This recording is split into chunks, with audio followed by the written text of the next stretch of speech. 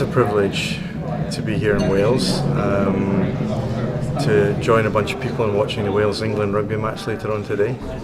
We've been talking about discipleship and holiness and the importance of discipleship because of the relationship to mission, and our weakness in discipleship in our churches often then resulting in the weakness in mission.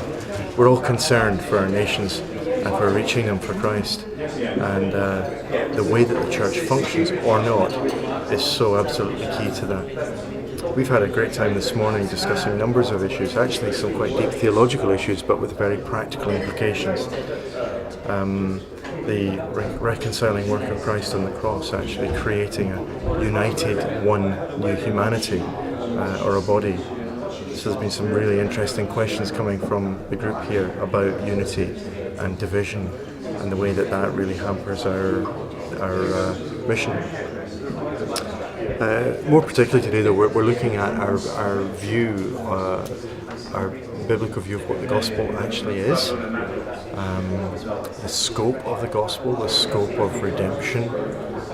How do we disciple people with a gospel that is the same good news of Jesus from start to end, and not just a gospel that gets someone in the first place and then a set of rules to live by thereafter? And therefore we're talking about union with Christ and talking about the dangers of legalism, antinomianism and reactive license against that. So we're wrestling with these things, and we're going to be doing some practical case study that also helps us to think really practically about what these issues are and how they affect the everyday life of the church. So that's a little flavour of what we're doing in this network.